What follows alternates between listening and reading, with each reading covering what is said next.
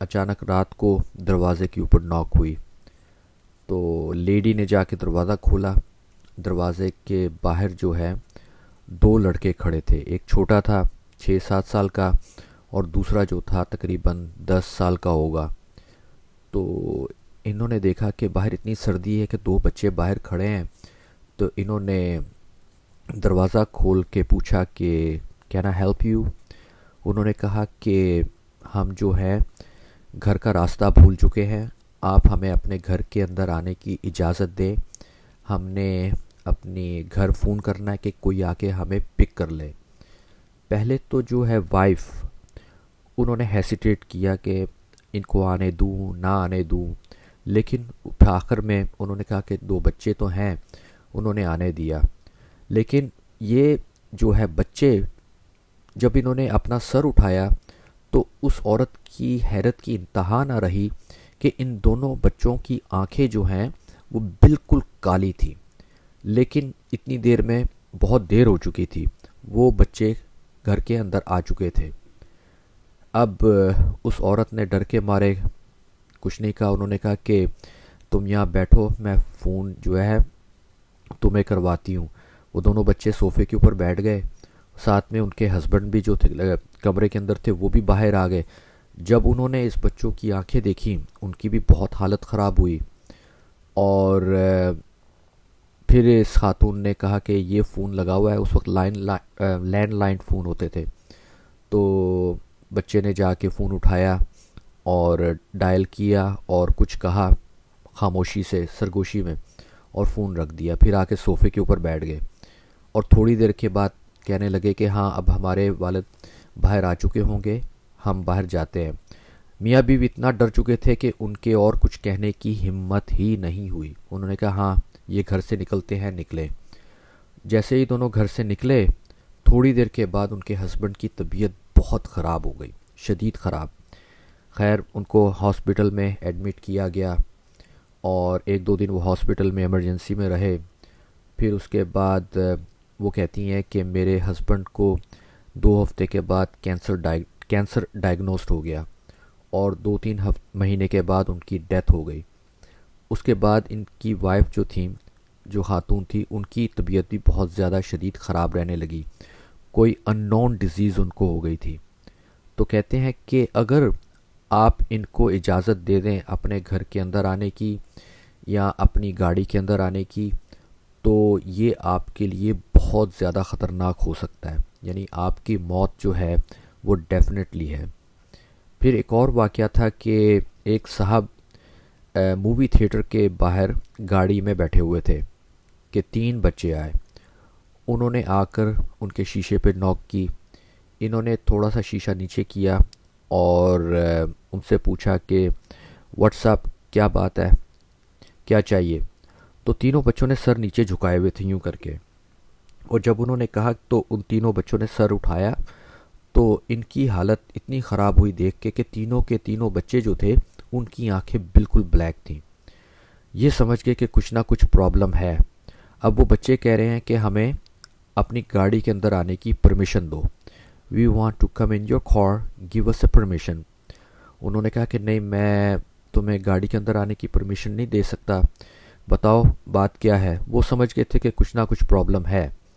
پھر جب انہوں نے انکار کیا تو ایک بچہ بہت اگریسو ہو گیا، اس نے کہا کہ دیکھو ہمارے پاس کوئی بندوق وغیرہ یا چاقو وغیرہ تو نہیں ہے کہ جس سے ہم تمہیں قتل کر سکیں، تم ہمیں صرف اپنی گاڑی کے اندر آنے کی اجازت دو۔ انہوں نے پھر انکار کیا تو وہ اور غصے میں آ گیا۔ ان کا غصے میں آنا تھا کہ انہوں نے کیا کیا، اپنی گاڑی سٹارٹ کی اور وہاں سے بھگا دی۔ بھگاتے ہوئے انہوں نے شیشے میں دیکھا پیچھے، تو پیچھے کوئی نہیں تھا۔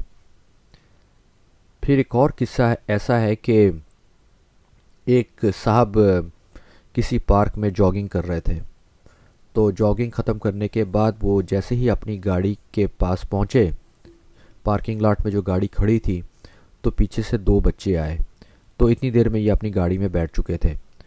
تو ان کے ساتھ بھی وہی واقعہ ہوا۔ انہوں نے کہا کہ ہمیں اپنی گاڑی میں ہمارے گھر تک چھوڑاؤ۔ تو یہ جو تھے یہ بھی ان کو دیکھ کر اتنا ان ایزی فیل کرنے لگے، انہوں نے کہا کہ نہیں میرے پاس ٹائم نہیں ہے، میں تمہیں گھر نہیں چھوڑ سکتا۔ یہ سنتے ساتھ ہی بچہ جو ہے، ایک بچہ بہت ہی اگریسو ہو گیا، اس نے بھی کچھ ایسی ہی باتیں کی کہ ہم تمہیں ماریں گے نہیں، قتل نہیں کریں گے، ہمارے پاس کوئی ویپن نہیں ہے. لیکن وہ سمجھ گئے، انہوں نے بھی وہاں سے گاڑی بھگا دی اور چلے گئے. تو ان کی یہ چیزیں ہیں کہ جب بھی یہ نظر آتے ہیں، یہ شروع میں جو ہے کوئی نہ کوئی بہانہ بنائیں گے. یعنی کہ ہمیں فون استعمال کرنے کی اجازت دو، ہمیں اپنے گھر کے اندر آنے کی اجازت دو، ہمیں گاڑی کے اندر آنے کی اجازت دو.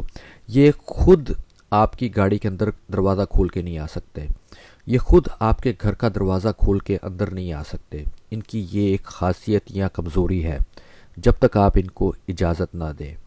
لیکن اگر آپ نے ان کو کسی نہ کسی طرح اجازت دے دی تو یہ آپ کے لیے بہت ہی مخلق ثابت ہوگا، بہت ہی خطرناک ثابت ہوگا. اب کہتے ہیں کہ ان کی سائٹنگ جو ہے دوسرے ممالک میں بھی دیکھی گئی ہیں، جیسے کینیڈا میں، یورپ میں، میکسیکو میں، اور یہ آہستہ آہستہ پوری دنیا میں ان کی جو سائٹنگ ہے، ان کی جو پریزنس ہے وہ دیکھی جا رہی ہے.